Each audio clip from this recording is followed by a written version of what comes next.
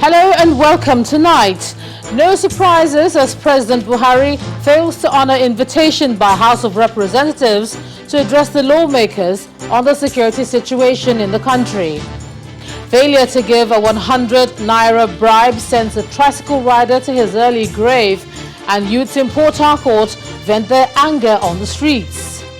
It's time to open up the isolation centres once again, and that's according to the Presidential Task Force on COVID-19, wants Nigerians to brace up for a second wave of the virus. And Britain is not likely to strike a post-Brexit trade agreement with the EU. That's the stark reality British Prime Minister Boris Johnson wants British citizens to embrace. Plus, we'll have business, sports, and later on international news from our London studios. On business news tonight, benchmark oil price hits $50 per barrel for the first time since March, and amid hopes of faster global demand recovery on COVID-19 vaccine rollout. On sports news tonight, International Automotive Federation announces that Lewis Hamilton will return for the season-ending Abu Dhabi Grand Prix this weekend.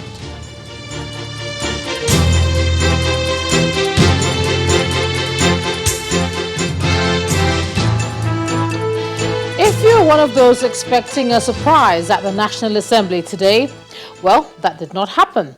The President did not honor the invitation of the House of Representatives, where he was scheduled to address lawmakers on what he's doing about insecurity in the country. His absence triggered reactions from the lawmakers at plenary, with some of them insisting that the invitation is still open and that the President has not disrespected the National Assembly. Our correspondent Terry Ikumi reports. It's Thursday, the day President Muhammadu Buhari is expected to honor the invitation of the House of Representatives to brief lawmakers on the security situation in the country. There is no unusual activity in the lobby of the National Assembly, no security adjustments, and no presence of the President's security detail, all suggesting that the President may not be making an appearance. This is confirmed when plenary commences and a lawmaker raises a point of order on breach of his privilege. Before we commence any business of this House today, we ought to be addressed on what has happened to that resolution. The entire public is watching. The whole country is watching. They want to see the response of this House to such a flagrant disrespect of a resolution that was passed here on the floor of this House. Your point of privilege is noted. The channels of communication procedural, and we will await for official communication from Mr. President as opposed to newspaper reports. And just like that, it's back to business as usual in the Green Chamber. For some Nigerians, however, the President's absence is no surprise, considering reports that APC governors were opposed to the invitation, and a statement from the Attorney General of the Federation had suggested same. The AGF had quoted Section 218, subsection 1 of the Constitution, which states that the management and control of the security sector is exclusively vested in the President as the Commander-in-Chief of the Armed Forces, including the power to determine the operational use of the armed forces. The AGF, relying on that section, further posited that an invitation that seeks to put the operational use of the armed forces to a public interrogation is indeed taking the constitutional right of lawmaking beyond bounds. In a counter-statement, the Deputy Minority Leader of the House, who is also a lawyer, quoted Section 89, subsection 1 of the Constitution, which empowers the Senate or the House of Representatives or a committee appointed in accordance with Section 62 of the Constitution to procure evidence, written or oral, and to summon any person in Nigeria to give evidence at any place. Following the disappointing turn of events, this is how lawmakers reacted. We said, okay, he will come on Thursday, but we didn't even get the communication to say he has agreed that Thursday is a good date for him to come. I'm also going to enjoin my colleagues to demand a fundamental and unequivocal apology from the Attorney General and from Mr. President himself for not allowing himself to be advised properly. I am going to suggest we suspend any deliberation on the budget until this apology is received. There's no breach at all, absolutely. It's just people are insinuating so many things which they don't know. We have written, there was a motion, there was a resolution. The resolution was communicating to the executive. The executive have indicated their interest in sharing some concerns, national concerns with the parliament. And then we're waiting for the president to communicate with us officially, and I'm sure he will. The situation is a little confusing for many. The president's personal assistant on social media, Loretta Onochie, had tweeted the president's decision to honor the invitation on the 10th of December. That was days after the Speaker of the House of Representatives, after a meeting with the president, confirmed his appearance. The entire country now awaits the official communication from the president to explain why he failed to honor the invitation of the House of Representatives, especially because the Constitution empowers the National Assembly to invite any citizen, including the president. Attention will also now turn to the House of Representatives to see how they will react, especially to protect the sanctity of the House of Representatives and the National Assembly in general. Terry Ikumi, Channels Television News. And just like the Attorney General of the Federation, some other members of the President's cabinet see no reason why he should have honored the lawmakers' invitation. The Minister of Defense, Major General Bashir Magashi, says although the lawmakers have the powers to summon anyone to appear before them, the President's appearance under the President's circumstances may not have been feasible. He also weighed in on the clamor for the sack of service chiefs. The Defense Minister was our guest on our program, Politics Today. In my little knowledge of the Constitution, I think the National Assembly has powers to call anybody to appear before it to answer the call of the Assembly. But in regards to the executive, they are asking for the chief executive to come. I'm sure the position of government was stated by the Attorney General of the Federation. He clearly stated that the call for the president to appear is not visible. And I think that is my own position too. The appointment of services is governed by the extant laws in this country. The extension of service is also governed by that law. In that law, there are certain responsibilities that are given directly to the President of Nigeria, and he alone can exercise such powers. In a situation where you are in the middle of battle, people are asking your actors or the arrowhead should be changed. Yes, people will understand you if there are fundamental errors that these service chiefs have committed. And even if things that are happening, they are not the only people fighting this war. They have their subordinates. Each has been given a side role. And I think all this operation, as I know it now, we have operational plans which the services and the commanders in the field are operating. Right. We really know what is the problem, and the problem, despite our constraints, we are making effort to plan to end this Boko Haram the way we feel that it can be done. Well, it's different strokes. As a senior advocate of Nigeria, Yemi Candidate Johnson believes that beyond the fact that the National Assembly can summon the president himself should be accountable for the actions of his government. In an interview with our judiciary correspondent, Shola Shoyele, the senior advocate believes that the failure of the president to take the opportunity of the summons to address the issues of insecurity in the country points to a failure of executive responsibility. The law says something. I believe that he can be summoned.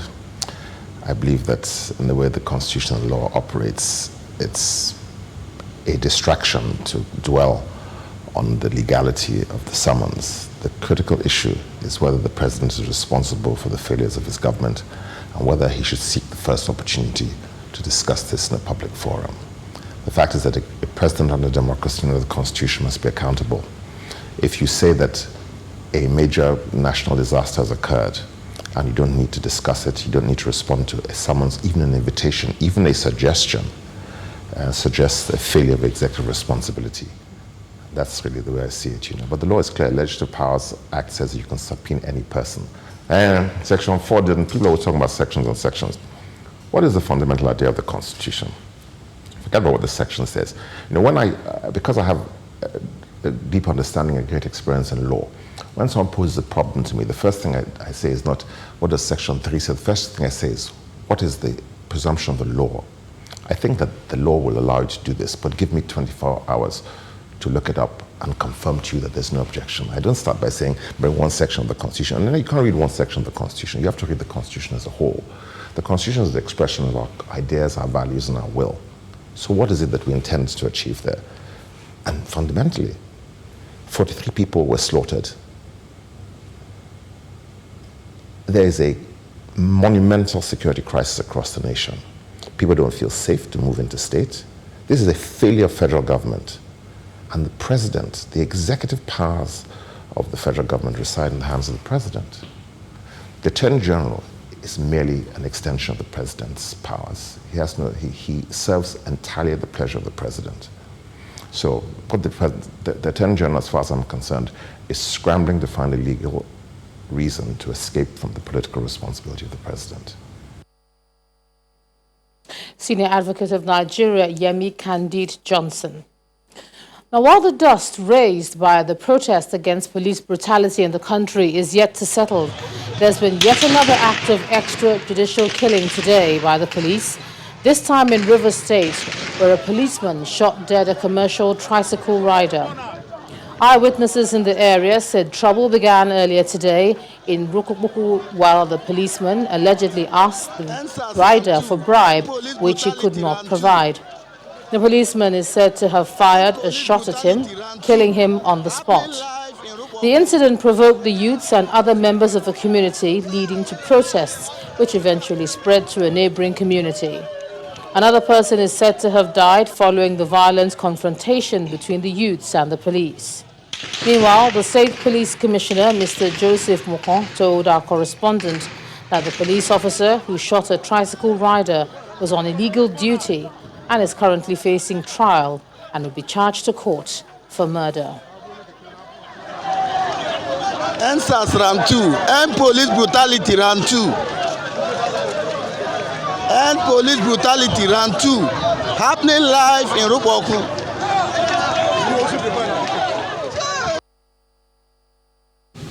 An inspector of police named Christopher Oba was on an illegal duty at Romokuku Junction because he's not supposed to be there at that time alone. So it's presumed he was on illegal duty. So along the line, he accosted a keke man, a tricycle rider. There was an altercation between him and the tricycle rider. At that moment, he's not justified to use his firearms, but he used his firearms and shot the tricycle rider. Police around that area mobilized. They disarmed him and take him into custody. As we are talking now, he's undergoing trial. He'll be charged for murder because he don't have any justification to use his firearms at that time. If you've just joined us, you're watching the news at 10 on Channels Television, coming to you live from Lagos. A reminder of our top stories. No surprises as President Buhari fails to honor invitation by House of Representatives to address the lawmakers on the security situation in the country. Failure to give a 100 naira bribe sends a tricycle rider to his early grave, and the youths in Port Harcourt vent their anger on the streets. It's time to open up the isolation centres once again, and that's according to the Presidential Task Force on COVID-19, which is warning Nigerians to brace up for a second wave of the virus. And Britain is not likely to strike a post-Brexit trade agreement with the EU. That's the stark reality British Prime Minister Boris Johnson wants British citizens to embrace.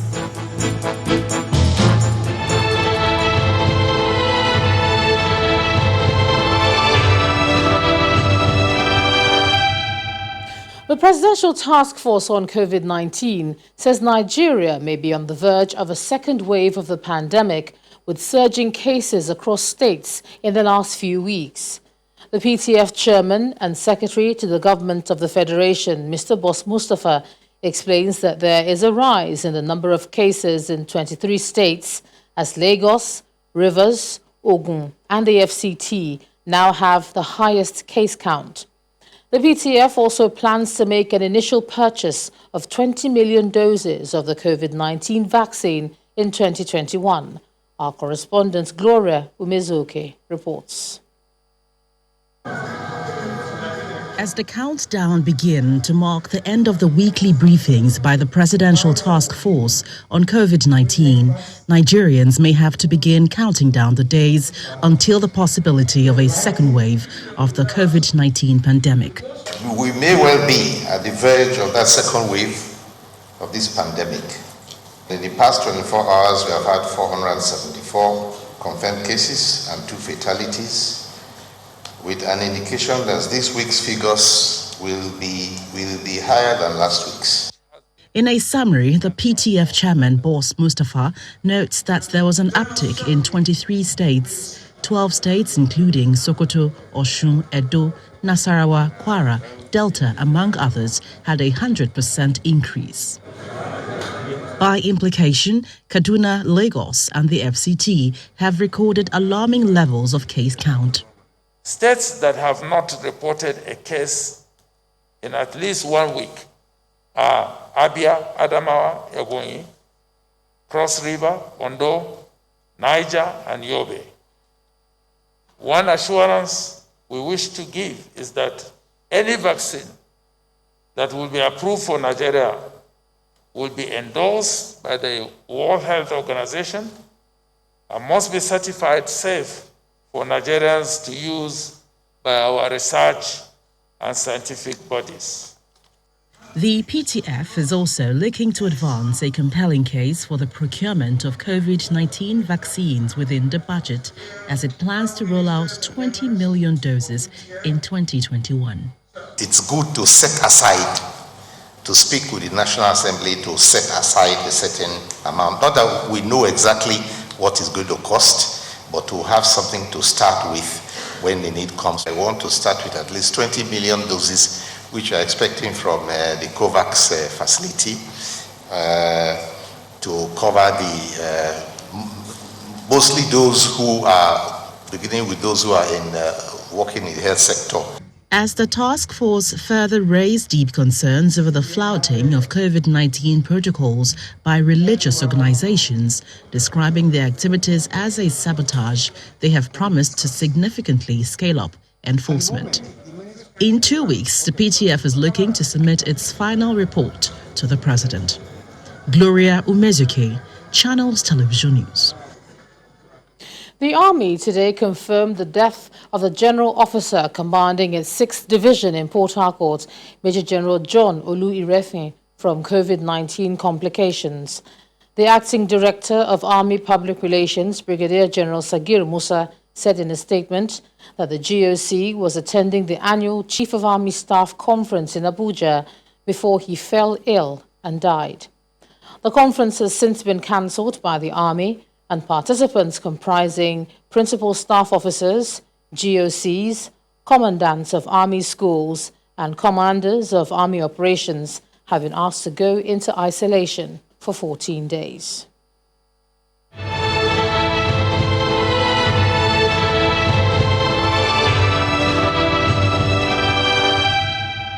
To legal matters now, the former chairman of the defunct Pension Reform Task Team, Abdul Rashid Maina, has collapsed in court during trial on alleged 2 billion naira money laundering charges.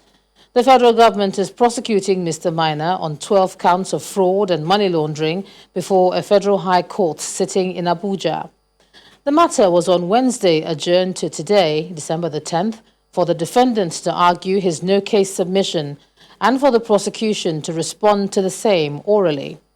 But the former pension boss collapsed when his counsel, Anayo Adibe, was addressing the court on his no-case submission before Justice Okonabang. Before that, his counsel was praying the court for an adjournment to enable him get records of the proceedings and to prepare for the no-case submission he intended to file on behalf of his client. The court had to rise abruptly to enable officials of the Correctional Service and relations of the former pensions boss to attend to him. After listening to an application for adjournment by the counsel representing Mr. Minor, Justice Abang fixed December the 21st and 22nd for continuation of trial. Meanwhile, Mr. Minor's son Faisal, who was declared wanted by the Federal High Court, has been arrested.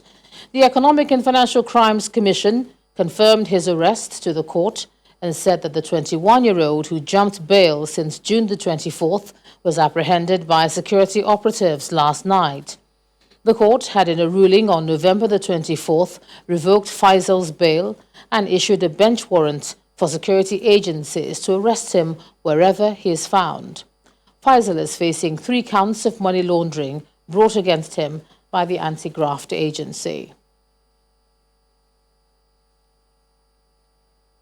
From the court to politics, and the national chairman of the People's Democratic Party, Uche Secondus, says the party has not taken a decision on zoning the presidential candidate to any part of the country. Mr. Secondus maintains that the PDP leadership will take a decision on the matter after receiving and considering a report from the committee led by Bala Mohammed, which is currently reviewing the party's performance during the last general election. According to him, it's unpatriotic for any politician to be thinking of zoning at this time when security and economic issues are supposed to be priorities. Meanwhile, the ruling All Progressives Congress membership, registration and revalidation exercise earlier scheduled for Saturday, December the 12th, has been postponed to the second week of January next year. The postponement, according to the Secretary of the Caretaker Extraordinary Convention Planning Committee, Akpan Odoedege, is due to the Yuletide and the need to ensure full participation of all members. In Ogun State, the Speaker of the House of Assembly, Olakunle Oluomo, and the State Police Command have confirmed the disappearance of the mace, which was allegedly stolen by hoodlums at the State House of Assembly. The Speaker, however, ruled out any political motive behind the missing mace, saying that the House remains peaceful. Although nobody has been arrested in connection with this development, the police say investigations have been launched to arrest the perpetrators. I alerted the security agents and I set forth from Ifo to come here. So getting here came at the same time with the CP, in fact, top echelon of the Ogun State Police Command, led by the CP himself. We got in here and we were searching. We couldn't find the mace, but we understand the burglars came in through the ceiling. So the police sent a man to one of the officers to go into the ceiling, and while searching the ceiling, we saw the head of the mace, the coat of arms that was cut off the mace itself, but we did not see the main brass. We are in peace with ourselves in the house. There's no any issue in my house. You discover that a couple of minutes ago, myself and more than 18 members had just come from a gathering to celebrate the World Human Rights Day. That was done in my honor. So there's no tension in the house, no issue. We are not fighting over anything. And removing the head of the coat of arms from the mace shows that it's not politically motivated. But the fact of the matter is that mace is very expensive. And I think it's made of copper. Probably that is the intention of the evildoers. I wouldn't know. But I want to convince myself that it's not politically motivated. Gunmen have killed no fewer than 16 indigents of Dambata local government area of Kano State who were traveling along the Abuja-Kaduna highway. Sources say the victims, who were all male, died when the gunmen shot the tire of the bus conveying them from Abuja back to Kano. Meanwhile, Governor Abdullahi Ganduje has also confirmed the incident, describing it as devastating and frustrating. In the meantime, suspected bandits have reportedly kidnapped a youth leader of the All Progressives Congress in Garin Gabas in Rafi local government area of Niger State. In another attack, bandits also kidnapped the district head of Guna in Yakila, also in Rafi local government, alongside 2 children of health officials said to be working at a primary health care in the area. The Director General of the Niger State Emergency Management Agency, Ahmed Inga, told Channels Television that several members of the community are still missing. A member of Yakila community, Zana Sanusi, also told Channels Television that the attackers stormed the 2 communities in the early hours of today in large numbers. The police command in the state is yet to confirm the incidents. To some of the successes by security operatives now, the police have arrested 2 suspects involved in the kidnap of an American citizen, 27-year-old Philip Walton. The suspects, Aliyu Abdullahi and Aliyu Umaru, were apprehended by the Intelligence Response Team of the Inspector General of Police and men of the Force Intelligence Bureau on November the 25th, 2020. The Force Public Relations Officer, Frankenba, says the police is collaborating with their Nigerian counterparts to apprehend other members of the transnational syndicate currently at large. He explains that the syndicate, numbering about 15 from Nigeria and Niger Republic, had kidnapped Walton and kept him in a forest in Sokoto State before he was rescued. Nigerians may now have a tool to keep sensitive information on digital cards safe from electronic identity thieves. And that's because FAE Limited, foremost manufacturers of envelopes in West Africa, have launched the new radio frequency identity blocking envelope. The special envelope was launched at the ongoing Lagos International Trade Fair. The president and staff of the Lagos Chamber of Commerce and Industry and other business entities are happy to partner with FAE Limited on its new innovation to checkmate electronic pickpockets. The company supplies its products to many industries within the broad expanse of the ECOWAS region, and this includes financial, energy, business services, the banking sector, and others. It's a new envelope that prevents fraudsters from getting details of your ATM card chip once it's in it. As far back as 2018, the card losses, card payment frauds across the globe rose to all-time high number of $27.8 billion. Standing 30 meters, I can actually collect your data from your card. How exactly can this envelope protect your radio frequency identity or RFID from internet fraudsters? Our card cover is manufactured with a shielded sleeve that blocks RFID energy required to power the chip on the contactless card.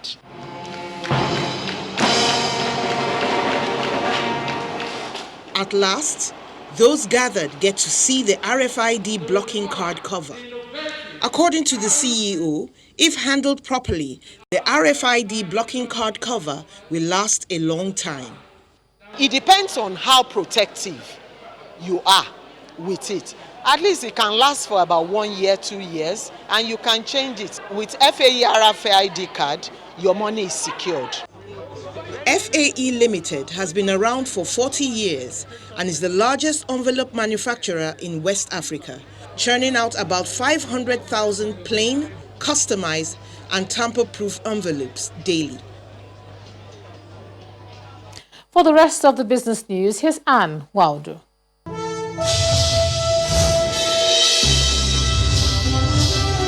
Thanks a lot, Ijoma. Welcome to Business News. Let's begin with oil prices. They have risen above $50 a barrel today. This is for the first time in 9 months after a 3-day consistent rise.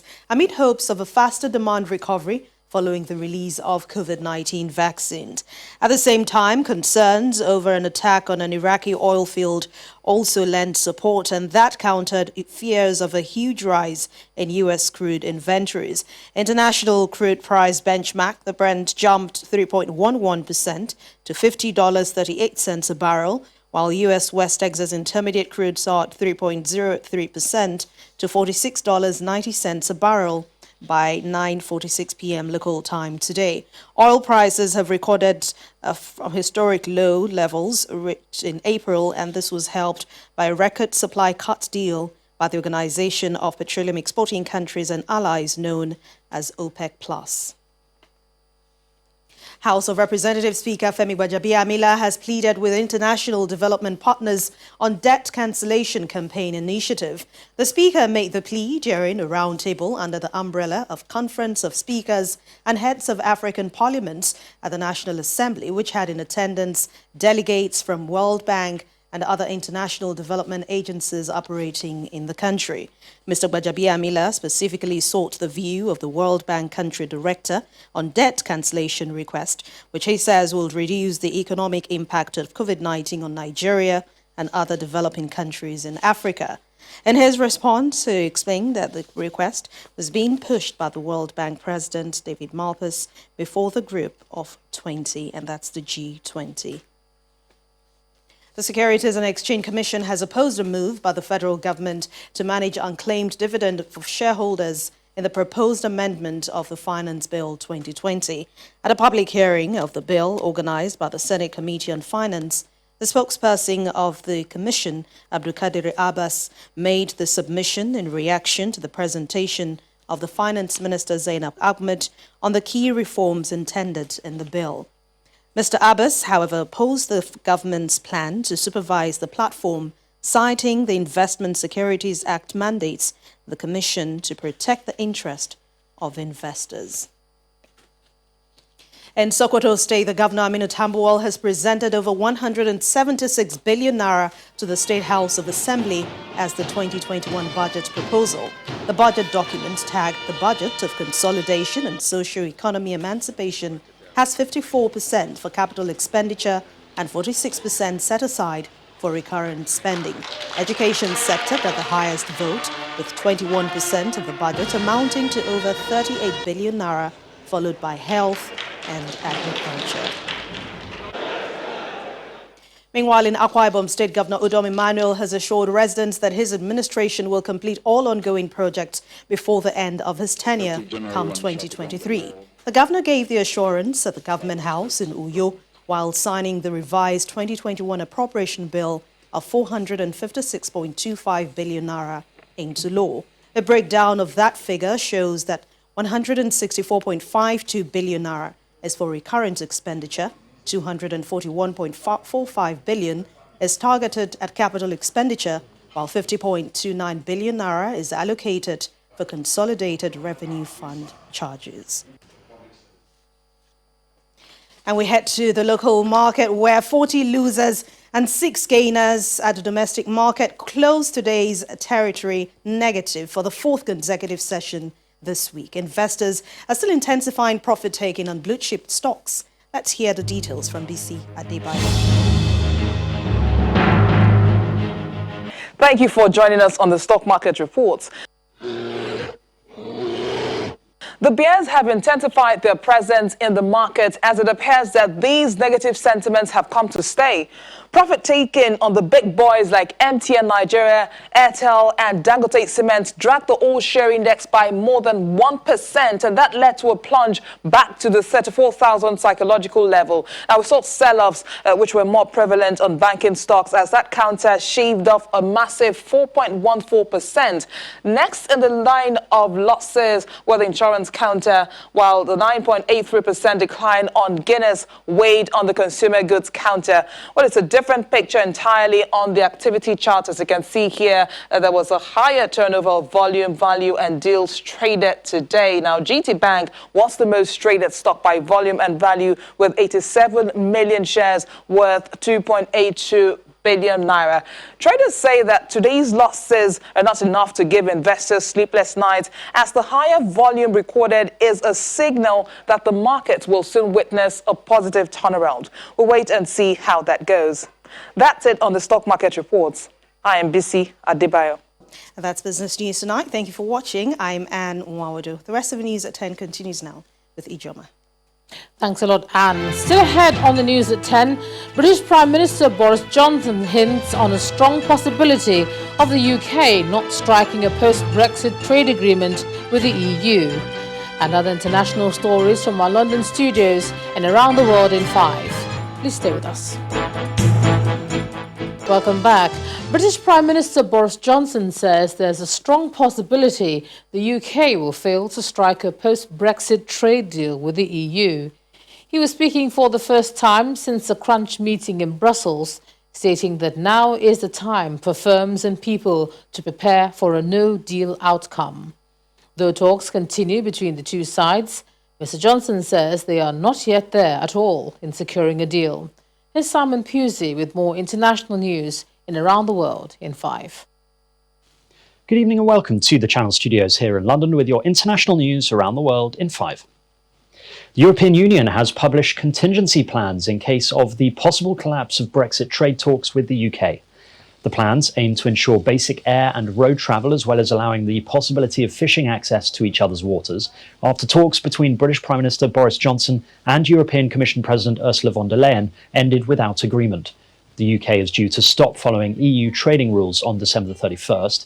Downing Street issued a statement following the summit saying that very large gaps remain, while the European Commission underlined there is currently significant uncertainty about whether a deal will happen. I had a very long conversation yesterday night with the Prime Minister Boris Johnson. It was a good conversation, but it is difficult. Hunter Biden, son of US President-elect Joe Biden, has announced his tax affairs are currently under investigation. US media quote sources saying the investigation relates to business dealings with foreign countries, including China. Hunter Biden said he was confident he would be shown to have done no wrong. The Biden-Harris transition team said the president-elect was deeply proud of his son. Reports say the investigation was begun in 2018 before Joe Biden announced his bid for the presidency. And I'd go to Florida and I'd take it easy. Hunter Biden was a frequent target of Republican criticism during the 2020 election campaign, focusing on his business dealings in Ukraine and China when Joe Biden was vice president in the Barack Obama administration. US Federal Trade Commission has said nearly every US state has sued Facebook, saying that it broke antitrust law and should be potentially broken up. According to experts, that could mean the forced sale of two major platforms it owns, Instagram and WhatsApp. Used its dominance. The coalition of 46 US states and Washington, D.C. accused the huge social media company of using its dominance in the industry to crush competition. The complaints accuse Facebook of buying up rivals, focusing specifically on its previous acquisitions of Instagram for $1 billion and messaging app WhatsApp for $19 billion. The lawsuits are the biggest antitrust cases in a generation. A female journalist has been shot dead in eastern Afghanistan, the latest victim of a spate of assassinations across the country. Malala Maiwand was on her way to work in Jalalabad when gunmen opened fire on her vehicle. Her driver was also killed. No group has officially claimed responsibility for the attack. Ms. Maiwand had previously spoken about the challenges of being a female journalist in the country. Hundreds of protesters have taken to the streets of the Albanian capital Tirana after police allegedly killed a man for breaking a coronavirus curfew. The 25-year-old man was killed in what police described as an excessive use of force by an officer during a curfew introduced to prevent the surge of COVID-19 cases. Protesters demanded the resignation of the Interior Minister, throwing objects at his ministry and setting Christmas trees on fire. 2 police officers and a journalist were reported as being injured. An unmanned SpaceX rocket has exploded during a return landing attempt in Texas. The prototype rocket was designed to launch a heavy-lift vehicle, which is being developed by SpaceX to carry humans and 100 tons of cargo on possible missions to the Moon and Mars. The self-guided rocket's test flight had been intended to reach over 12,000 meters of altitude, but blew up as it touched down on a landing pad. SpaceX CEO Elon Musk said the fuel header tank pressure was low during landing burn, causing touchdown velocity to be high. And finally, researchers believe they may have found a previously unknown species of beaked whale in waters off Mexico's western coast. If confirmed, the new species would mark a significant discovery among giant mammals. The team of researchers came upon 3 unusual specimens while tracking a different rare species of typically shy beaked whales near Mexico's remote San Benito Islands. The scientists are now awaiting the analysis of water samples that could hold skin cells for possible DNA testing to confirm whether the whales are a newly discovered species. And that's your international news around the world in 5. Now back to the Channel studios in Lagos. Thanks a lot, Simon, for some sports. Here's Ayotunde Balogun.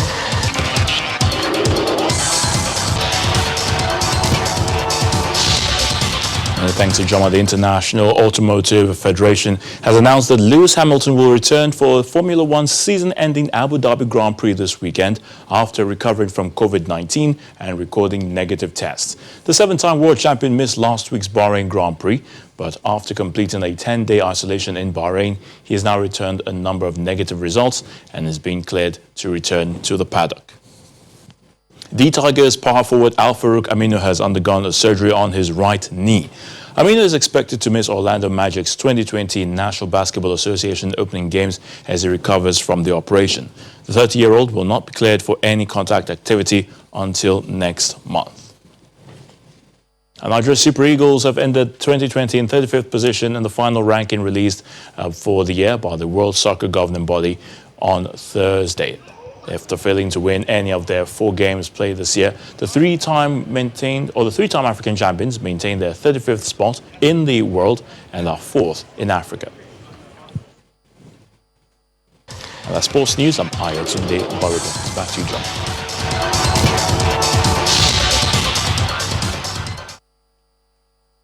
Thanks a lot, Ayotunde. And the main news again.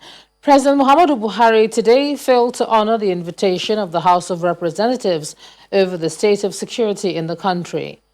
Well, the lawmakers said they have not been disrespected and that the invitation is still open as they await an official communication from the presidency.